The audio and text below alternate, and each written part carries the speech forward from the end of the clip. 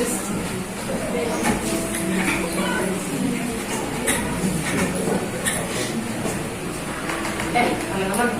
apakah kalian ikut denganku berdiskusi di sebelah sana? Belajar teman-teman ini dua kali. Apa masalahnya? Aku hanya ingin geser saja kok. Beberapa teman saya tidak setuju, namun Chen tetap bersikeras untuk menjalankan aksinya. Itu bahaya, Chen. Udahlah, sekarang saya saja dengan temanku. Lalu dua orang mengatakan mereka, yaitu Gino dan Zi.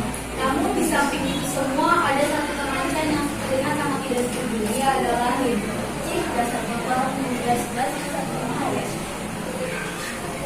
Mendengar itu, Chen terlihat tidak suka dengan apa yang dibilang, hingga Chen berteriak.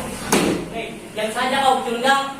Pada malam harinya, Chen, Gino, dan Zi sama berkumpul di dekat gedung kosong.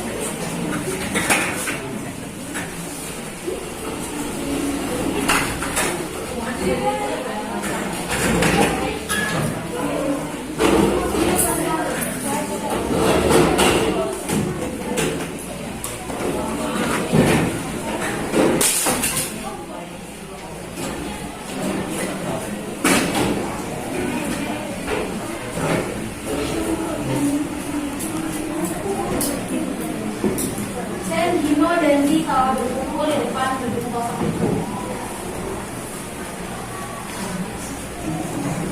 Kalian tahu tidak? Katanya ini adalah provinsi Barat tertutup. Lalu, lagi pula yang patung kan? Aku pun lebih tahu dari ibuku. Waktu telah berselang lama sejak mereka bertiga masuk ke dalam gedung itu, tetapi belum ada sesuatu aneh yang terjadi. Di sisi lain, Kala sedang memasuki gedung kosong itu karena ia penasaran. Pada Kala pun pergi menyusul ketiga teman itu. Tiba-tiba, saat Kala sampai di lantai 3, ia mendengar suara langkah kaki manusia. Kala, kamu ada di sini? Ternyata kalian. Aku penasaran. Mendengar itu, Chen, Gino, dan Zi hanya mengangguk paham, lalu mengajak Kala ikut bersama mereka. Setelah itu, saat mereka sedang lanjut berkeliling, mereka menyadari bahwa mereka hanya berputar-putar di satu tempat. Di saat mereka kebingungan, tiba-tiba muncul satu siluet wanita dari sudut ruangan. Kok mirip manusia? Kayaknya perempuan, rambutnya panjang. Lo juga rambutnya panjang. Sembarangan kamu, gimana kalau kita ikut saja perempuan? Udah juga sih, daripada tanya dia di sini. Udah deh, ayo. Chen, Gino, Zi, dan Kala bergegas mengikuti jejak sang wanita itu. Setelah menyusuri jejak perempuan tadi, mereka pun menemukan perempuan itu memasuki suatu ruangan aneh yang berada di sudut sana.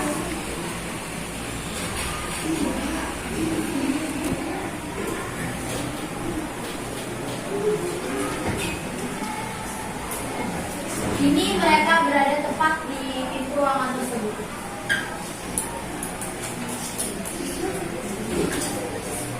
Siapa yang membuka pintunya?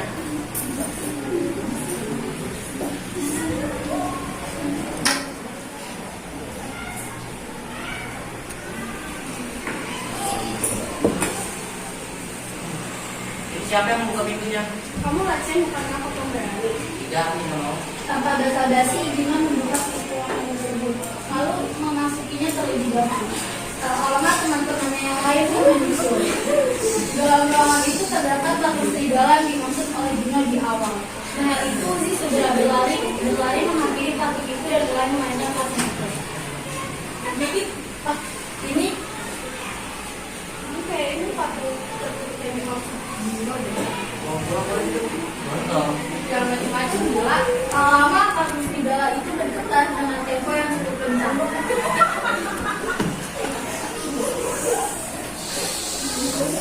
Ini mereka berempat ketakutan dan perlahan menjauh dari patung tersebut. Lari aja lah. Mendengar instruksi dari Chen, mereka pun segera berlari ke arah itu.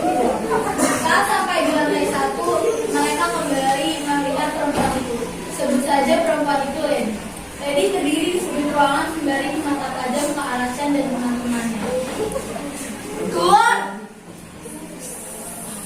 Kontak Chen dan teman-temannya terdiam sebentar sampai akhirnya mereka berlari keluar dan memutuskan untuk berpisah dan kembali ke rumah masing-masing.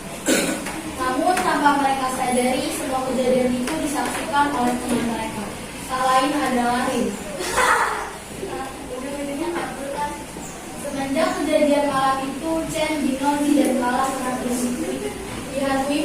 ataupun teror yang mengganggu lainnya, hingga mereka pun mencapai titik terberat mereka. Melihat kefrustasian teman-temannya itu, Rin memilih untuk buka suara dan membantu mereka. Kasian banget sih sampai seperti itu. Chen dan teman-temannya sontak menengok ke arah Rin yang berada di tempat duduknya.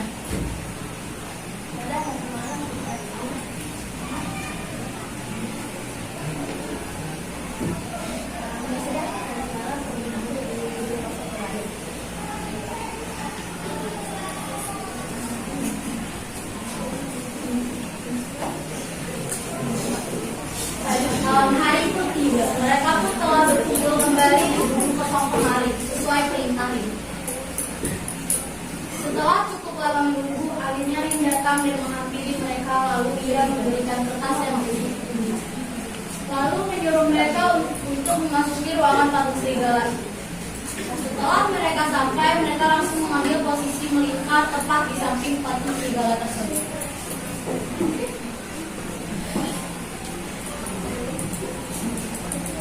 Mereka cukup kebingungan saat membaca petunjuk untuk membaca mantra, karena tidak ada mantra yang tertulis di kertas tersebut. Di sela kebingungan itu, sang lady atau perempuan yang mereka lihat yang lari menghampiri mereka dan memberikan kertas yang ternyata berisi surat yang dimaksud oleh petunjuk.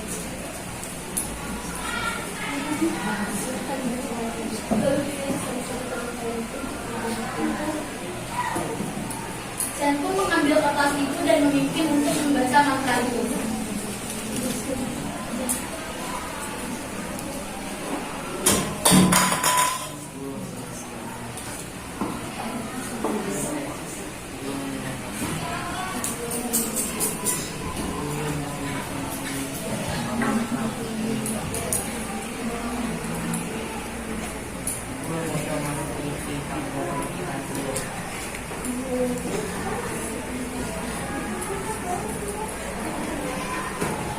Selesai membaca mantra, mereka pun melirik satu sama lain guna memilih bunda yang diminta oleh Sang.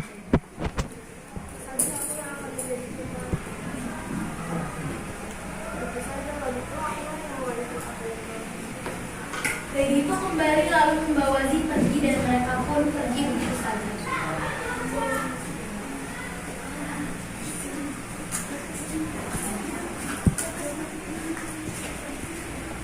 Tak berselang lama, seorang pemuda muncul dari dalam patung serigala itu.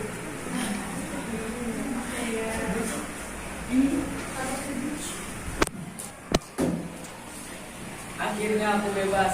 Hei kalian, terima kasih ya atas bantuannya.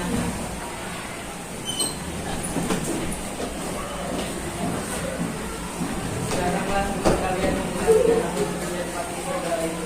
Mendengar itu, Chen, Dino, dan Kala hanya bisa terdiam dengan perasaan sedih. Oh ya, kenalin aku, Rajes. Terima kasih ya. Dan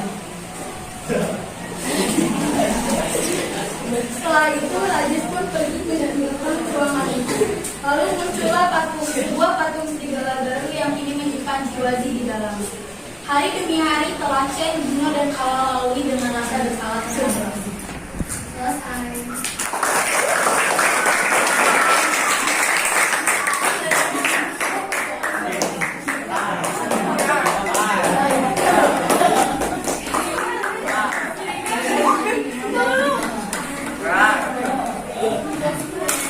Sekian pertunjukan dari kelompok kami dan pesan moral dari cerita ini adalah berhati-hatilah dalam melakukan suatu hal dan bersikap sopan di tempat yang memiliki peraturan tersendiri.